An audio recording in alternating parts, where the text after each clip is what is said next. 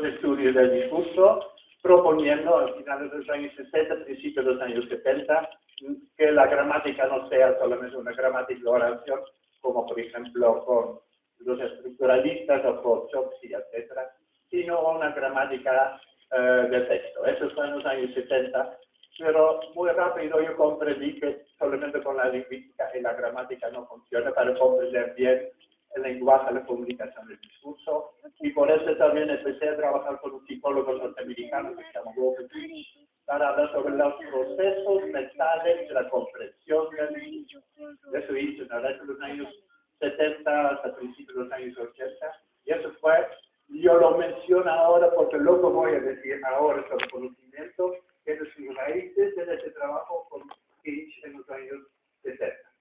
Entonces, el rol del conocimiento en la producción y la comprensión del discurso. Eso era fundamental.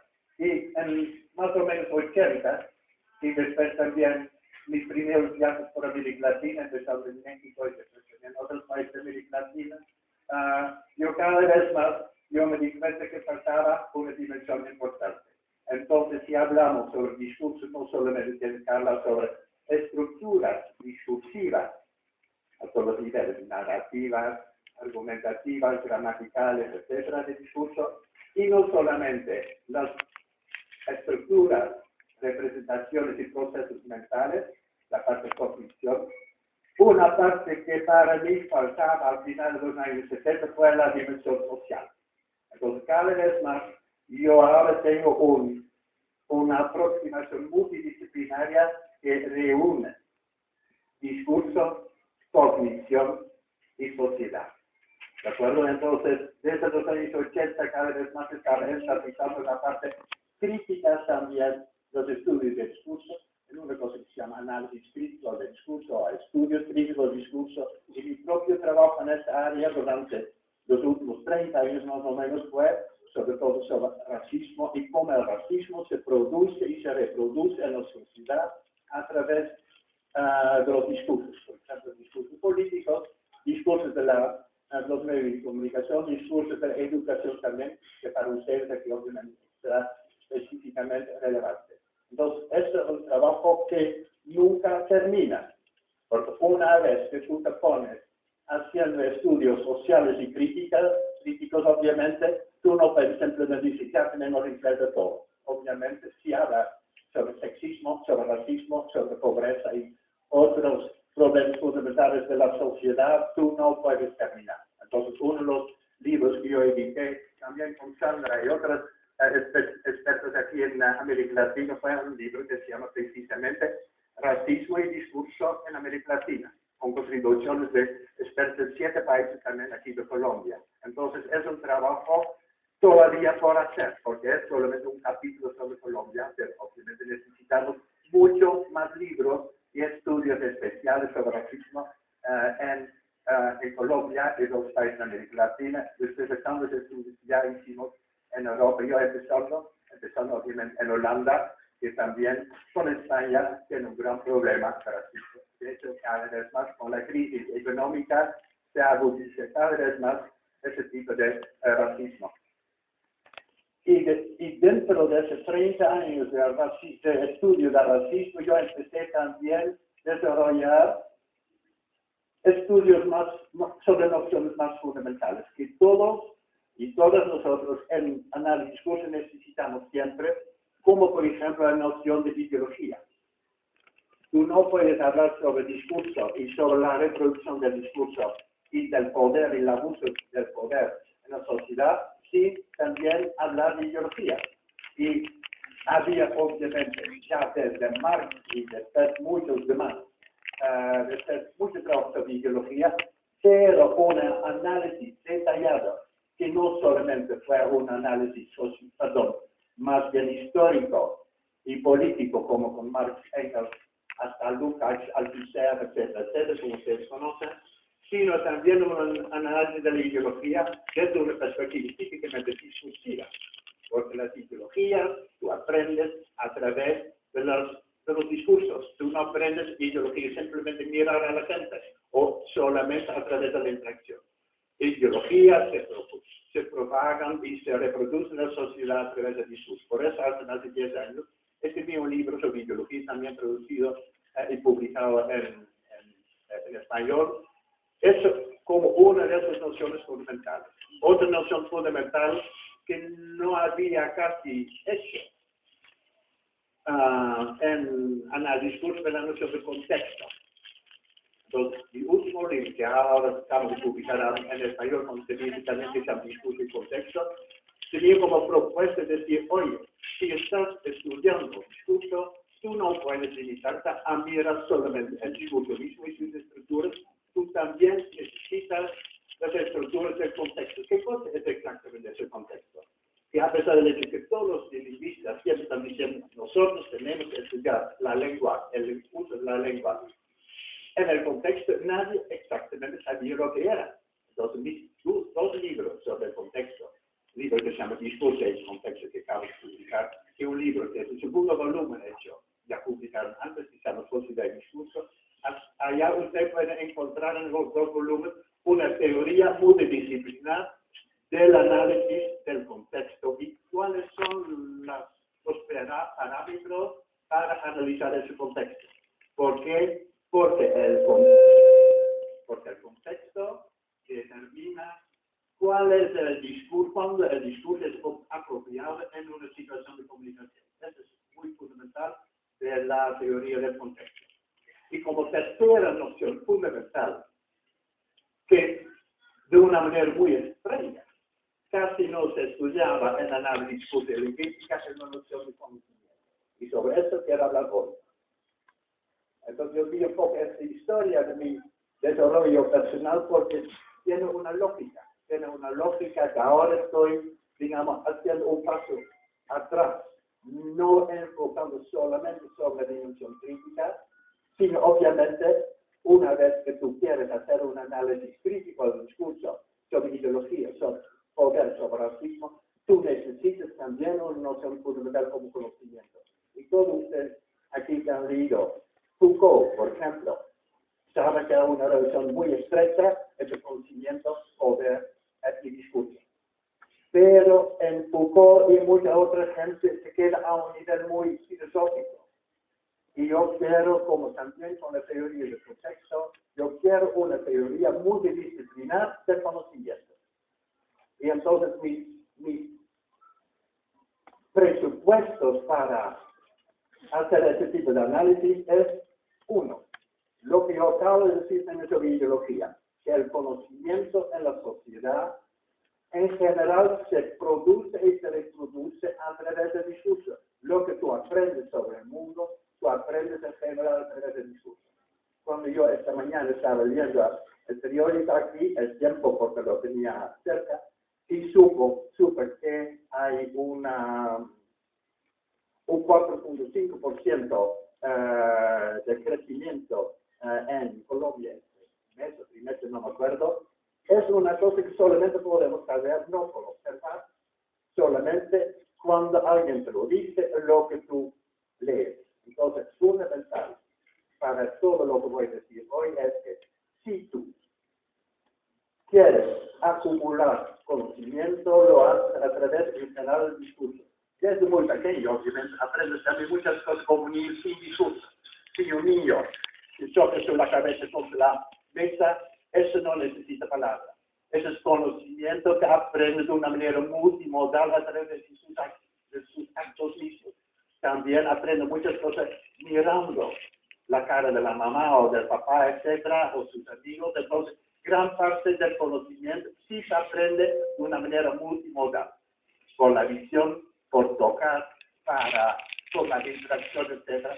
Pero después, muy rápido, el niño, la niña está aprendiendo cosas a través de las palabras de los padres, los amigos, mirando televisión y más tarde también empiezan a leer muy rápido. Después de ese primer conocimiento multimodal de la infancia, los niños y las niñas aprenden a través de la lengua, a través del discurso. Esa es la primera cosa fundamental para hoy.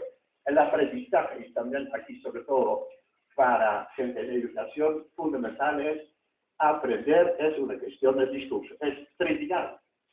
pero tú tienes que analizar las consecuencias de este tipo de aprendizaje es a través del discurso. Uno.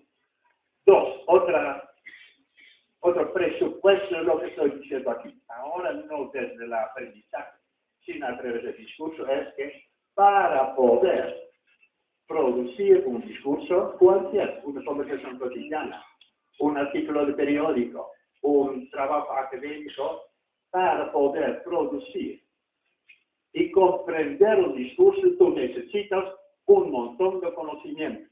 Tú no puedes comprender un texto sin ese muy elaborado sistema de conocimiento que nosotros tenemos en la memoria a largo plazo. Entonces, esas dos cosas. Uno, conocimiento. ¿Sí? Conocimiento se produce y se reproduce a través del discurso y al revés, el conocimiento después también es la fundación, el fundamento, la base de la producción y de la comprensión del discurso. Eso es lo que vamos a tener como presupuestos y vamos ahora a dar un tipo de introducción general. No puedo tener una horita.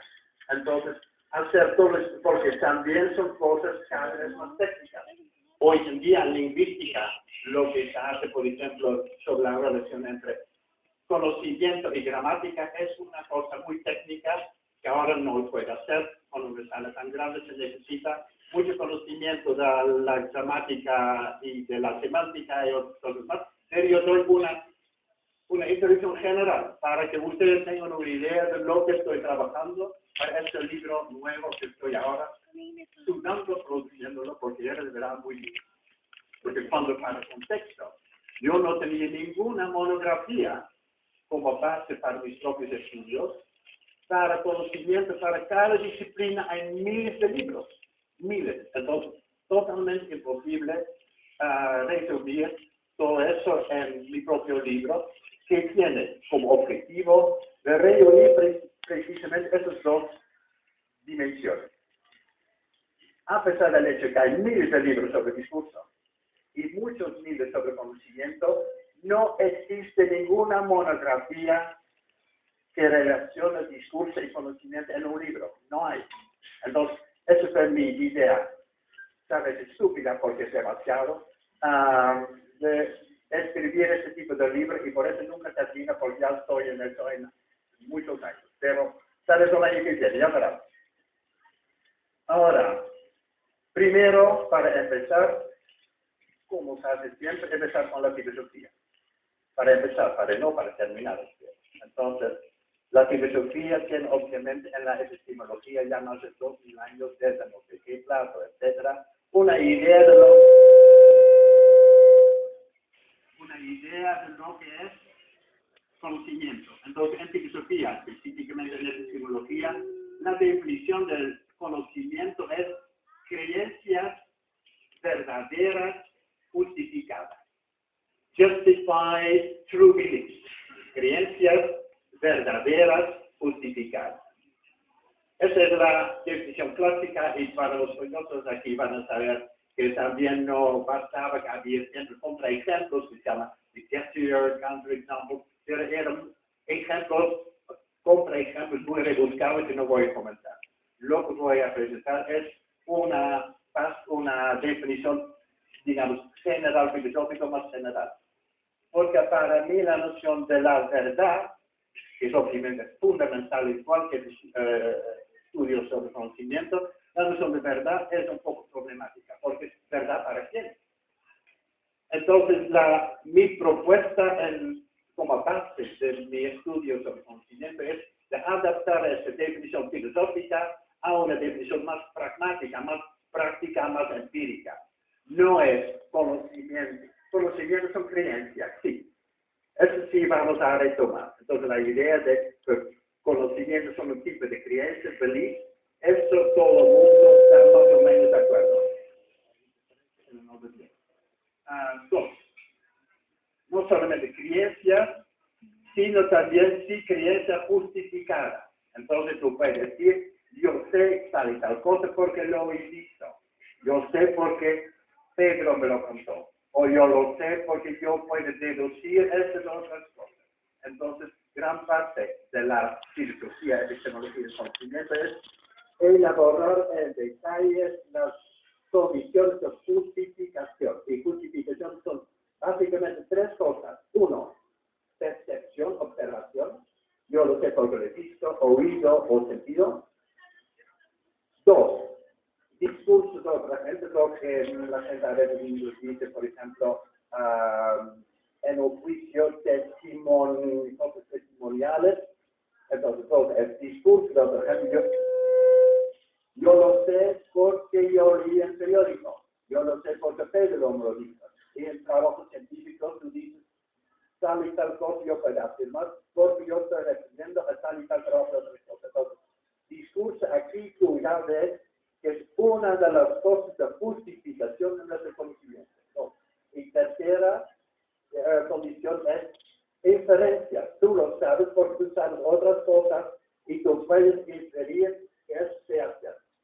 Entonces, si yo digo que, por ejemplo, en un ejemplo un poco tal vez, pero da una idea, todos ustedes, sin jamás han leído, saben que la afirmación próxima es cierto. Por ejemplo, presidente Obama tiene un primo. ¿Has visto este conocimiento en el periódico jamás? ¿Alguien te contó esto? No. Pero todo el mundo lo sabe. Y es incluso algo que tú puedes presuponer en un artículo de periódico. Entonces, todo lo que se presupone en el periódico, porque se puede inferir a través de otro conocimiento que tiene, Obama es un ser humano, que todo se mantiene contigo, y por eso es simplemente una argumentación, una deducción clásica de modus ponens que sabemos de la inferencia. Entonces, eso es la cosa fundamental. Pero falta otra cosa, lo que para los filósofos se llama la verdad. Y eso yo tengo un problema, porque lo que, por ejemplo, en el medioevo era la verdad, era que la tierra es plana. Para ellos era la verdad, en el mismo sentido para nosotros, muchas otras cosas son verdad sobre el universo, sobre la tierra, etc. Esos son conocimientos que se toman por sentado en una cultura. Y entonces, si en el medioevo para ellos la tierra era plana, para ellos no era simplemente una opinión. Eso fue para ellos conocimiento, para nosotros era una creencia falsa. Entonces, mi propuesta, y no le gusta mucho a los filósofos, obviamente, es que la noción de conocimiento y la verdad es relativa a una comunidad epistémica. ¿De acuerdo? Entonces, conocimiento y la verdad no es absoluta, sino depende de en qué comunidad epistémica estás hablando. Por ejemplo, yo ahora estoy hablando en una comunidad epistémica universitaria.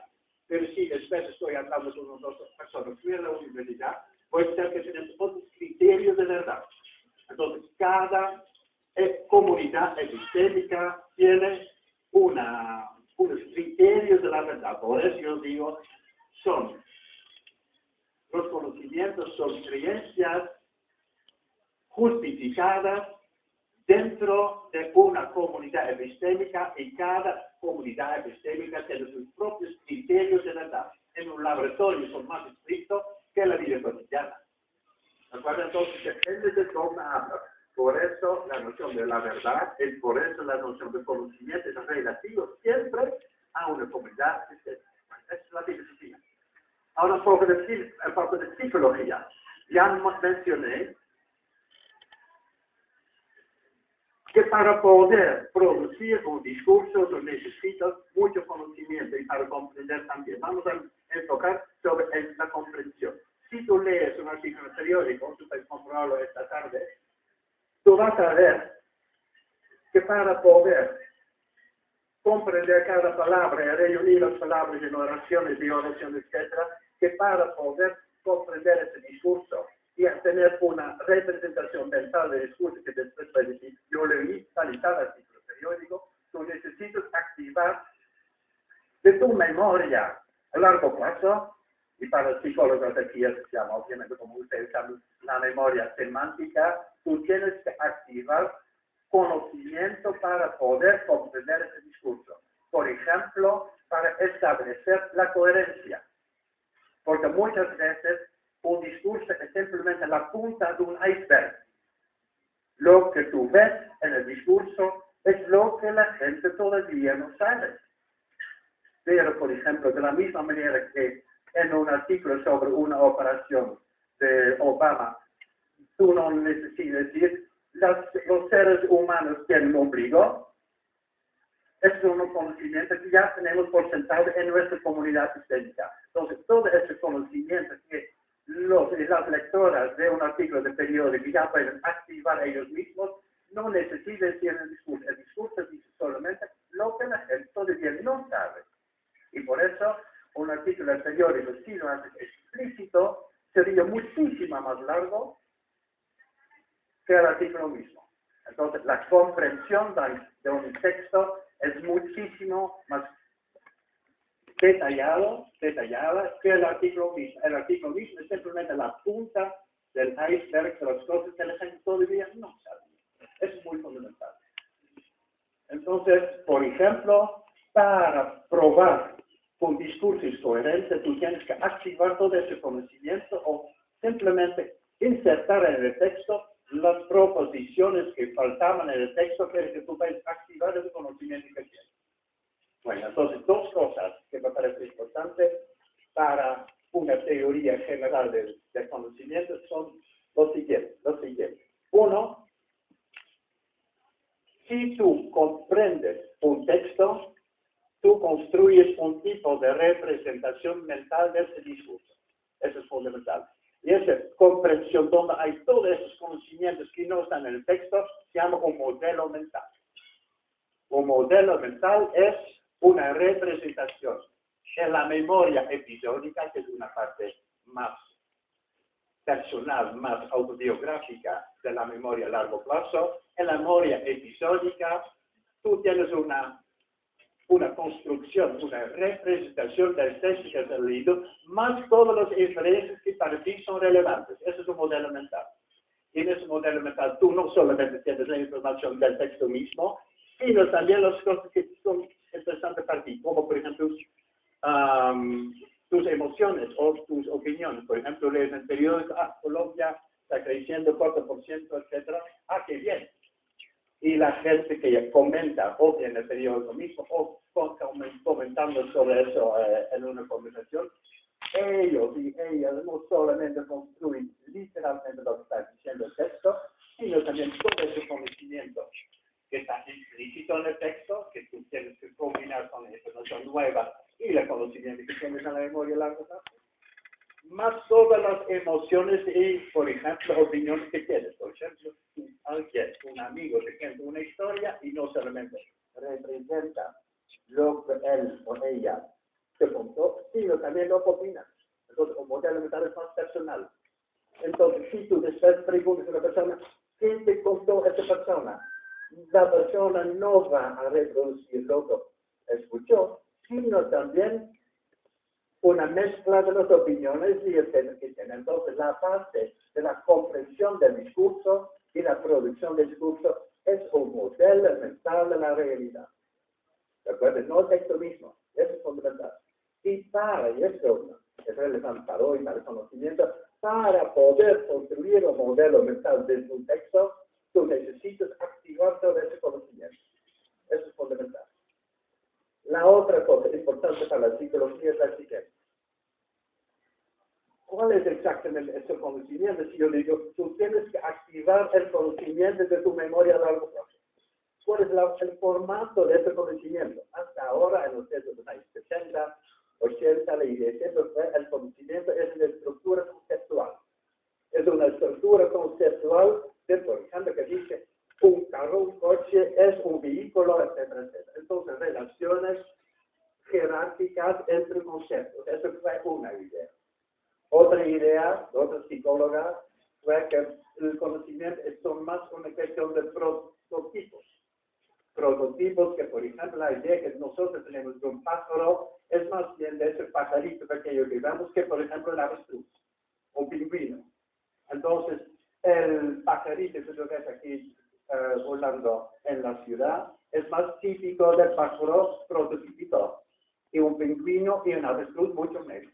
Es menos típico del pájaro. Entonces es otra noción de conocimiento que es una estructura de prototipo. No. Ya no tiene mucha más teoría, una teoría que está surgiendo en los últimos años, y yo mencioné la teoría cada vez más multimodal del discurso, que es una teoría multimodal del conocimiento. La teoría multimodal del conocimiento, que mencionar un psicólogo norteamericano que se llama Larry Barsalou, y Larry Barsalou dice lo siguiente: nuestro conocimiento entonces, la idea del carro no solamente es una cosa abstracta como es un vehículo, etcétera, etcétera. No, la idea del carro es más bien multimodal. Es lo que tenemos en nuestra experiencia cotidiana. No solamente tenemos una idea que carro en abstracto es un vehículo, sino también la apariencia visual de un carro típico. Visión. También una idea de las cosas motores, la manera de manejar un coche. Entonces, eso también es parte de nuestro conocimiento. Si tú no conduces coche como, por ejemplo, Sandra, entonces tú tienes por lo menos una experiencia de coches como Fiesta en la ciudad. Entonces, como también usarlo como una amenaza o como un peligro. También tú tienes la idea del ruido del coche. Entonces, conocimiento, dicen ellos, es una estructura multimodal relacionada con varias partes de nuestro cerebro. Entonces, por ejemplo, la cosa visual cada vez más atrás y otras cosas conceptuales más a la izquierda, donde está también la lengua, y cosas de, por ejemplo, manejar un coche es donde están controlados en nuestro cerebro, nuestros movimientos, etc. Entonces, la idea es que hay una relación entre conceptos como carros, por un lado, y regiones de nuestro cerebro. ¿De acuerdo? Entonces, una cosa multimodal. A mí no tengo aquí ni el tiempo ni la competencia ni el debate con Barsalou, solamente yo tengo un problema. Entonces, en mi experiencia cotidiana, sí un coche tiene esa cosa multimodal, ¿cierto? Pero para mí eso es más típico para el modelo mental de nuestras experiencias cotidianas. Ahora ustedes todos aquí tienen un modelo mental de aquí, nosotros aquí en la sala. Tenemos un modelo mental de yo aquí hablando, yo también de mí mismo hablando, físicamente, y eso típico en el libro sobre el contexto es el modelo del contexto, que es una manera de tener un modelo de experiencia, pero todos aquí ustedes tienen esa experiencia que se les puede contar. Pues esta mañana estamos en el anfiteatro de la Cristal escuchando una charla sobre conocimiento, pero es una experiencia que es una cosa también muy popular. Como yo tengo aquí una visión de una sala grande, etcétera, etcétera, que es una que yo me acuerdo de la última vez, porque yo dije, será en la misma sala aquí tan alta, y yo tenía una memoria de la estructura visual de la sala, ¿de acuerdo? Pero eso es una experiencia, esto para mí no es conocimiento general, sino una experiencia personal, modelo mental, es un modelo mental, ¿de acuerdo? Y yo tengo otra razón tengo una duda de aplicar esta idea de multimodalidad al conocimiento abstracto.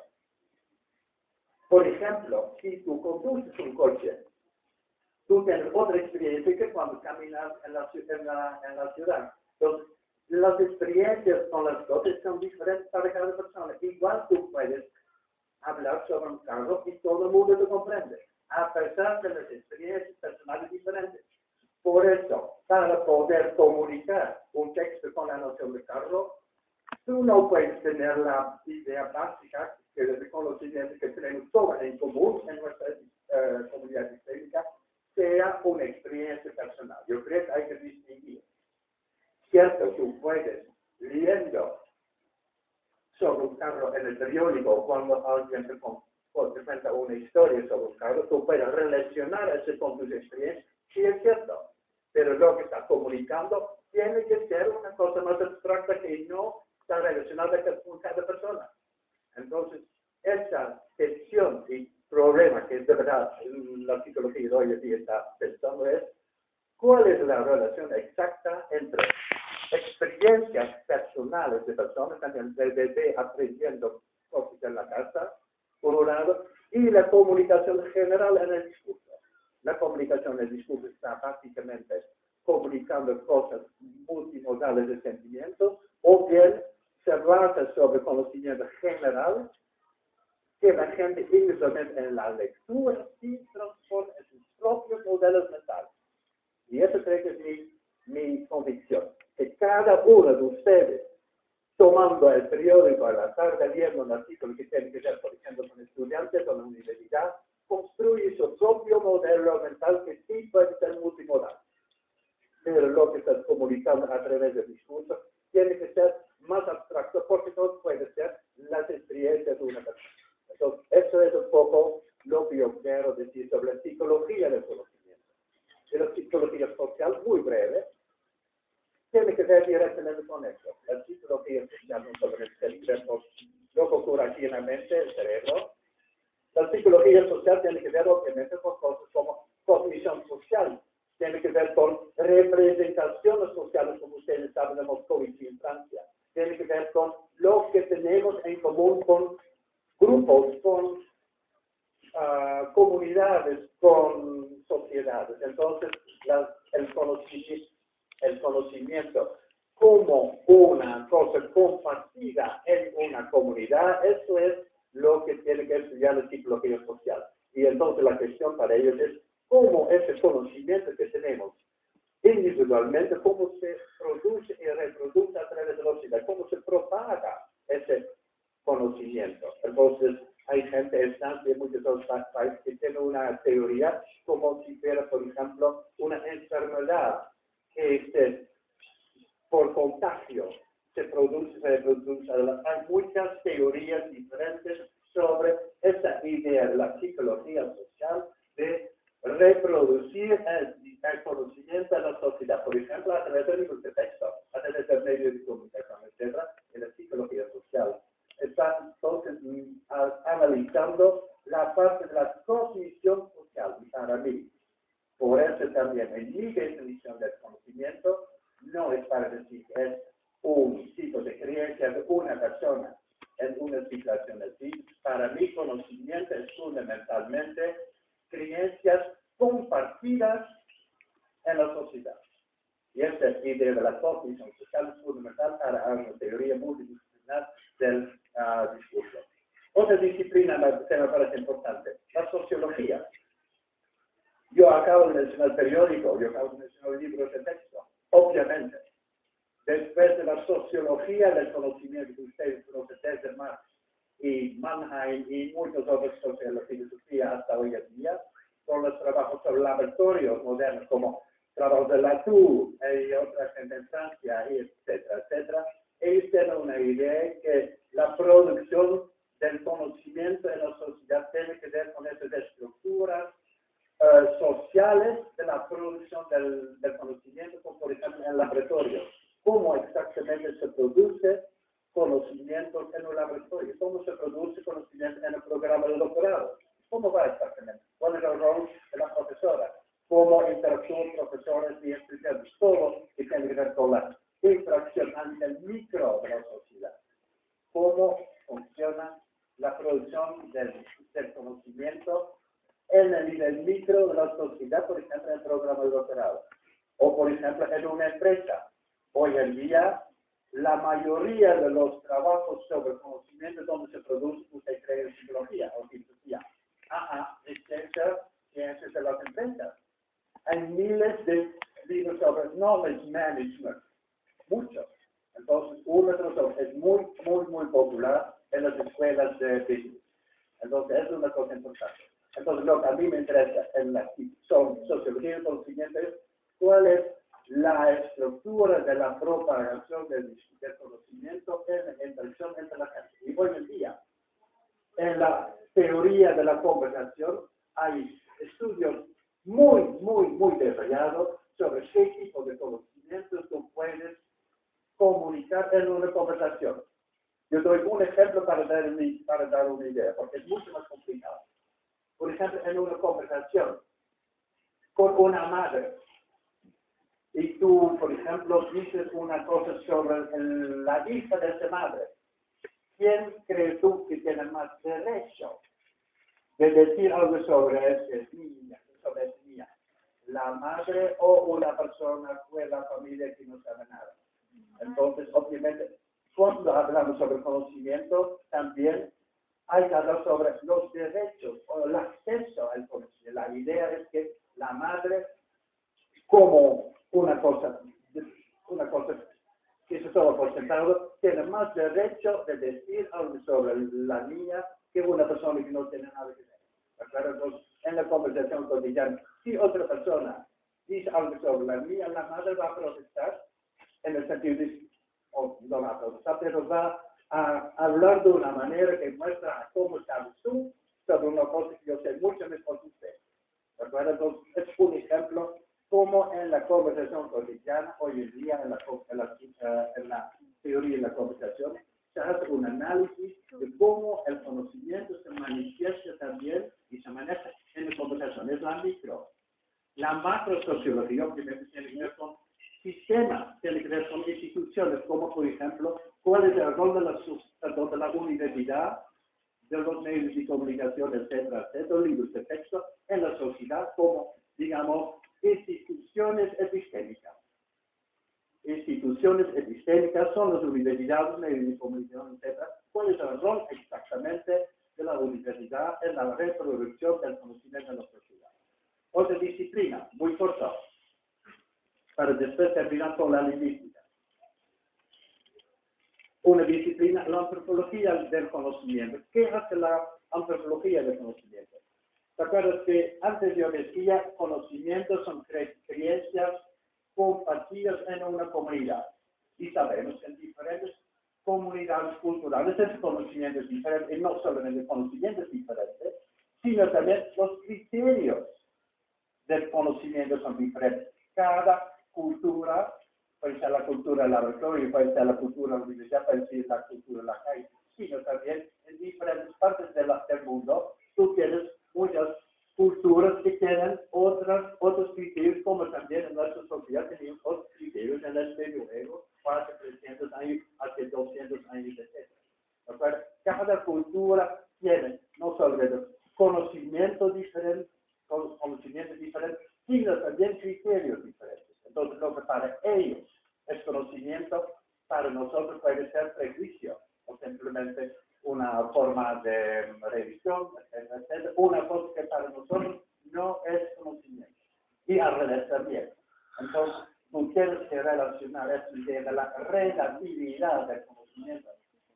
Otra vez, es mi opinión y también algunos filósofos, pero muchos filósofos en epistemología no aceptan una noción relativa de la verdad. Para ellos la verdad es la verdad y creencias pueden variar, pero el conocimiento es absoluto.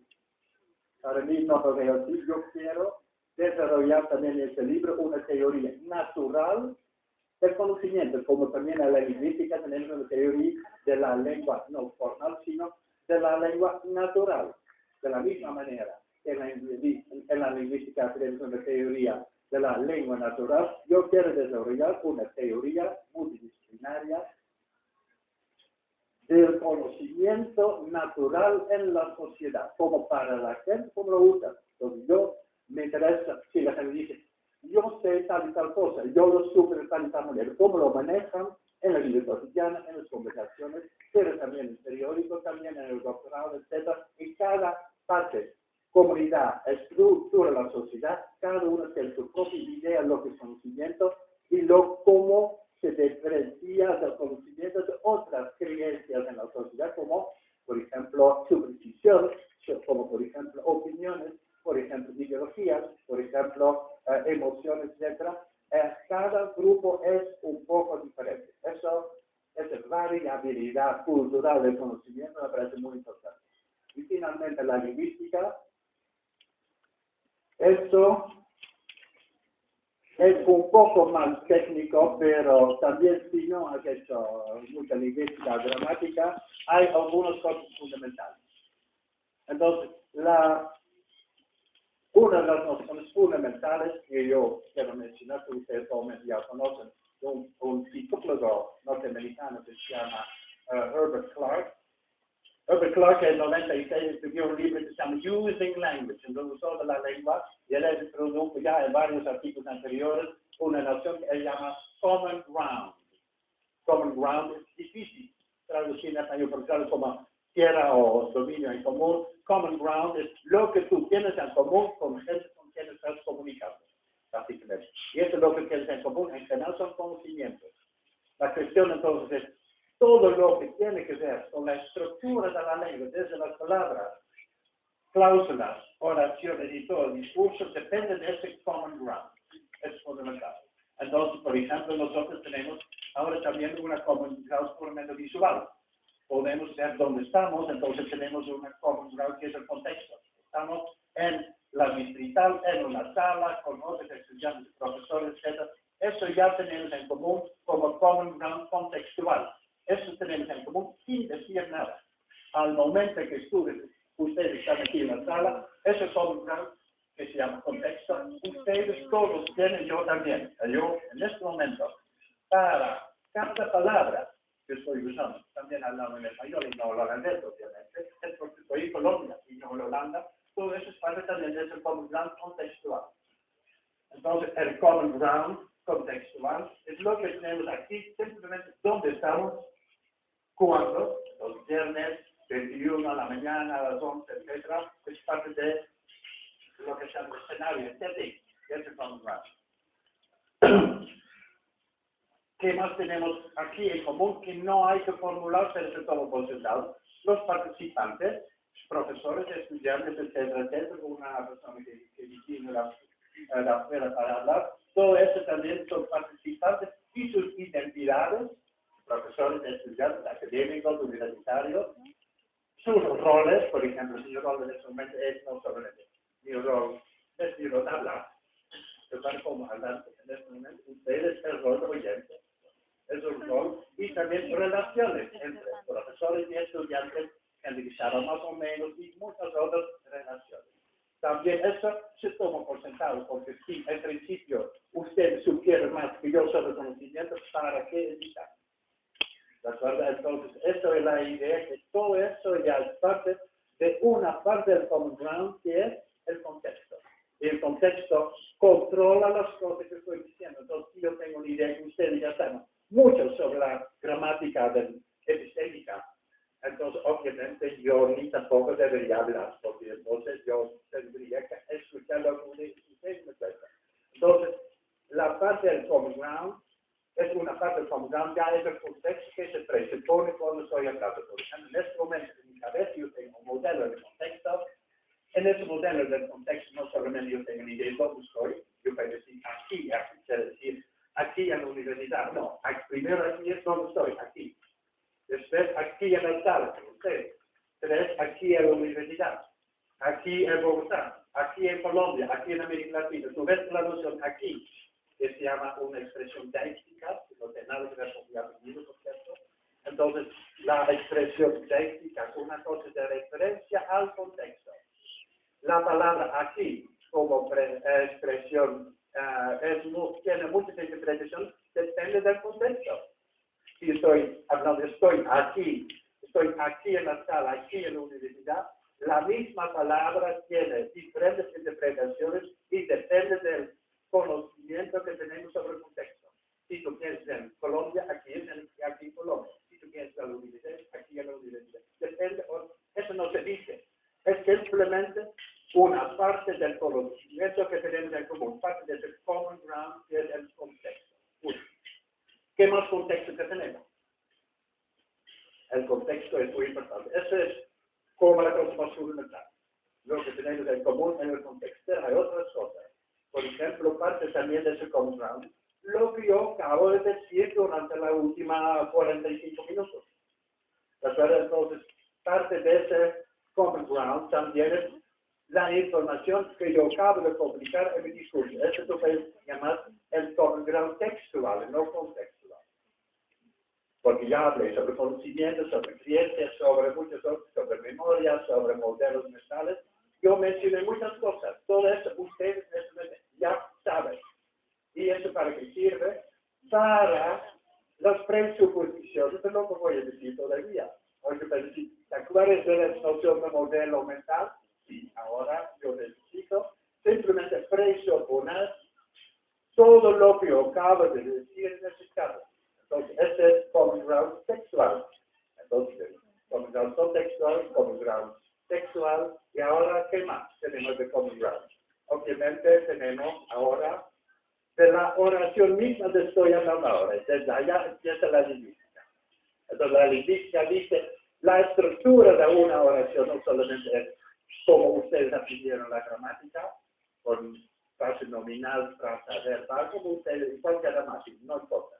Sino también hay lo que se llama la distribución de la información en la oración. Las cosas que tú ya sabes y las cosas que todavía no sabes. Entonces, si tú dices, Sandra me hizo una linda presentación, yo empiezo con referir a una persona que usted ya conoce, la profesora Sandra, por ejemplo. Entonces, muchas de las oraciones en la lengua empiezan con una parte que la gente ya sabe. ¿Por qué? Por el contexto, como Sandra, porque estar aquí, no era parte del discurso que estaba diciendo, no. La presencia del conocimiento de la profesora Sandra aquí es contextual.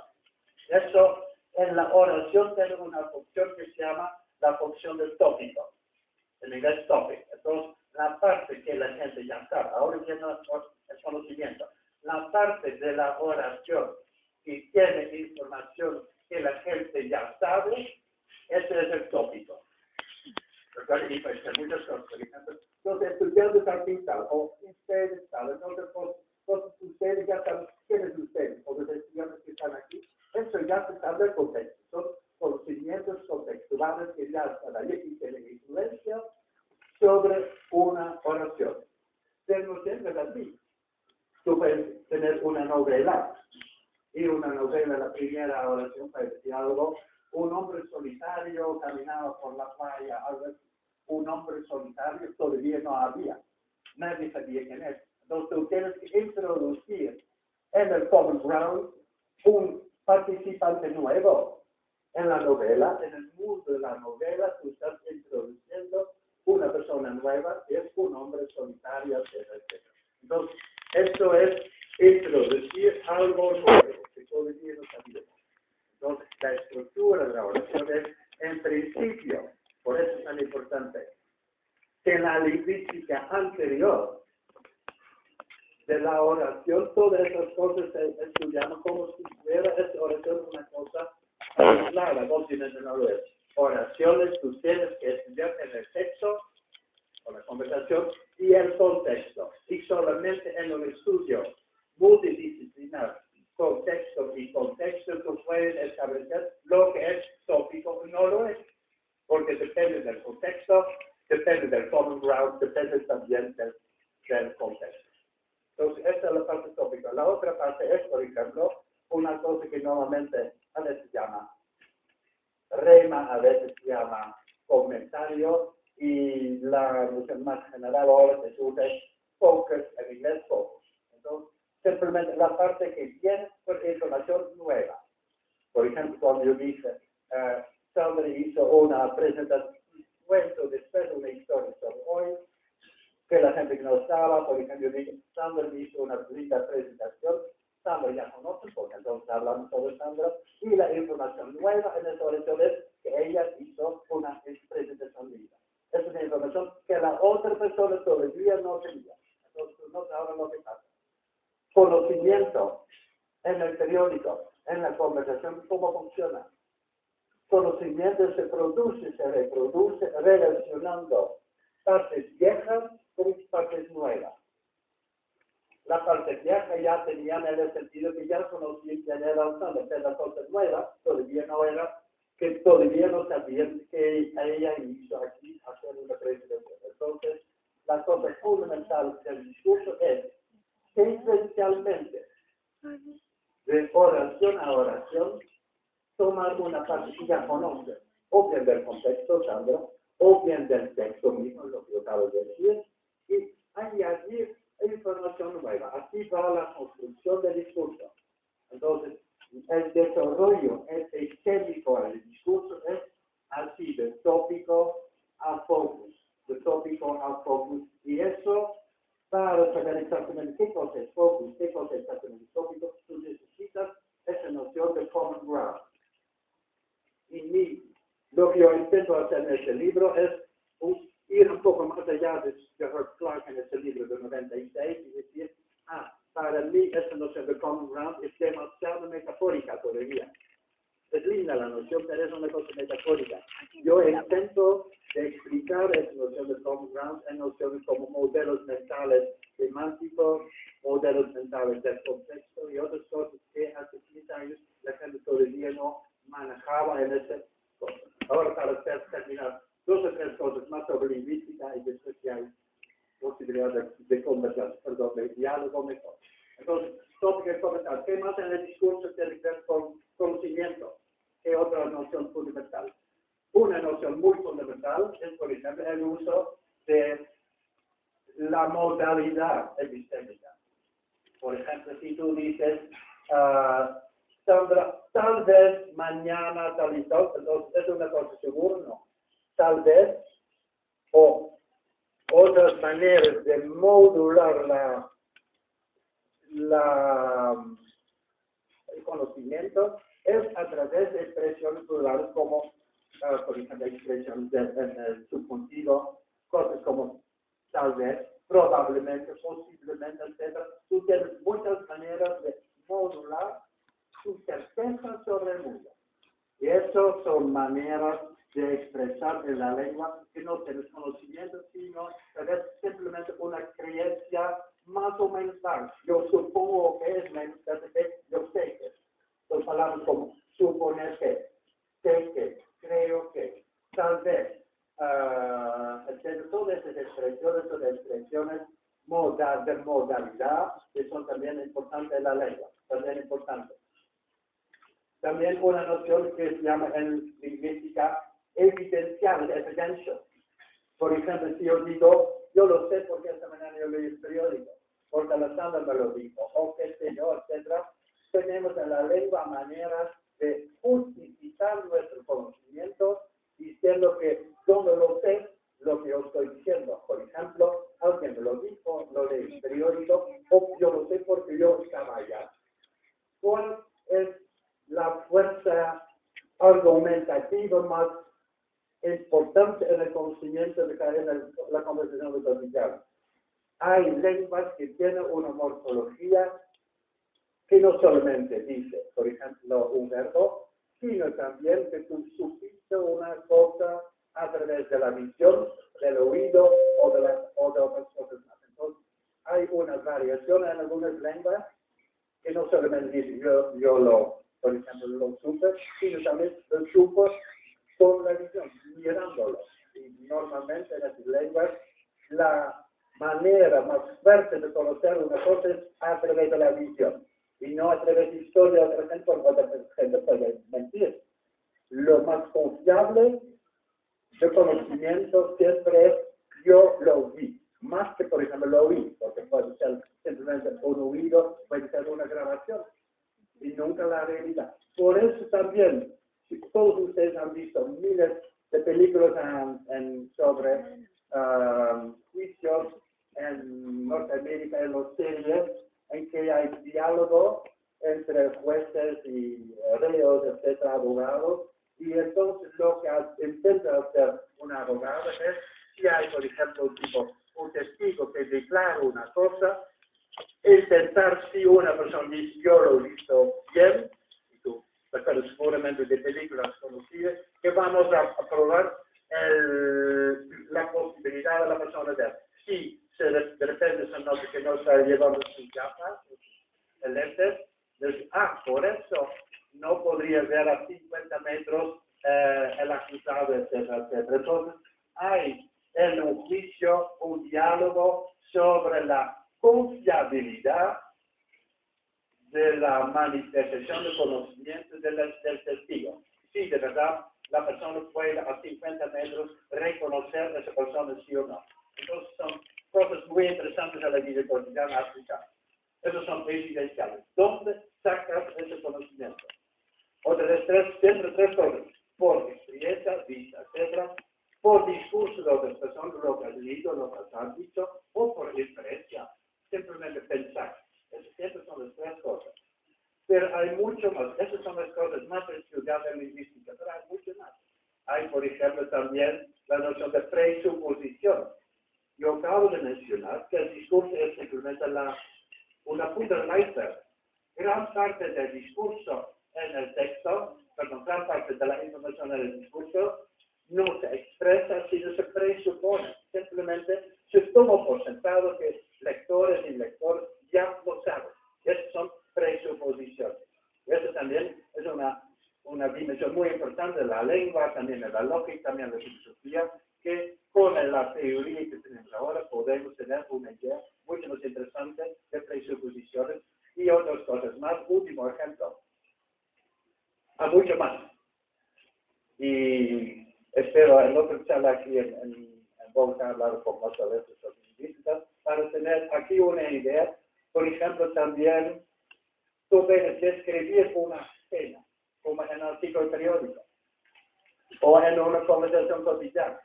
Y tú puedes hacer esa descripción de una manera muy precisa. Tú puedes decir, él llevaba ese hombre solidario en la playa, por ejemplo, una novela, llevaba un abrigo de tal y tal color, él tenía tal y tal aspecto, él tenía 1,80 m, tenía pelo oscuro, etcétera, etcétera. Tú puedes tener una descripción muy detallada de una escena. ¿Claro? Pero también puede simplemente decir, un hombre caminaba por la playa y nada más. Entonces, tú tienes la posibilidad en cada descripción de personas, eventos, etc., en cualquier discurso, varios niveles de precisión o de generalización. Tú puedes tener siempre en un titular, en periódico, hubo un atraco tal y tal banco, pero también puede ser toda una historia muy detallada como fue. ¿De acuerdo? Entonces, esos niveles de descripción tienen que ver también con la manera que nosotros expresamos nuestro modelo mental sobre este ataque al banco en el discurso. Puede ser muy global o mucho más detallado. Lo que también a veces hace con las cámaras, tú tienes una idea mucho más global o mucho más detallada. Entonces, eso y muchas otras cosas más en lingüística podemos analizar en una teoría multidisciplinar del conocimiento. Y mi propuesta es de no limitar ese estudio a solamente la filosofía, es decir, como hasta ahora con los filósofos nunca hablan sobre discurso, nunca. Eso, 2000 años, qué raro, porque ya tenía Aristóteles, tenían esos 2000 años, simplemente no tiene que ver. Dos, no solamente tampoco en psicología, por los psicólogos tienen que saber mucho más sobre discurso para hacer sus experimentos, etc. Y la sociología del conocimiento, a pesar del hecho que sabemos que casi todos los conocimientos de la sociedad vienen del discurso, no hay ningún libro de sociología del conocimiento que enfatiza el rol del discurso. ¿Por qué no? Claro. Y finalmente también en la lingüística sí hablamos sobre tópico, comentarios, tópico, sobre presuposición, sobre expresiones modales, sobre evidenciales, etc. Hay mucho trabajo muy técnico, pero casi nunca hablo sobre filosofía, psicología, etc. Entonces, si yo tengo un mensaje hoy, aparte de análisis crítico de discurso, es, si tú quieres analizar un problema social cualquier, tú tienes que hacerlo de una manera multidisciplinar, porque si no, tú solamente estás describiendo una parte del elefante grande, y una persona dice, bueno, tal y tal cielo, otra persona dice tal y tal patas, otra persona dice tal y tal tronco, etcétera. Cada persona diciendo una parte de la realidad. A mí me parece, para mí es importante, hablando sobre discurso y conocimiento, que lo hagamos de una manera multidisciplinar. Nada más, gracias.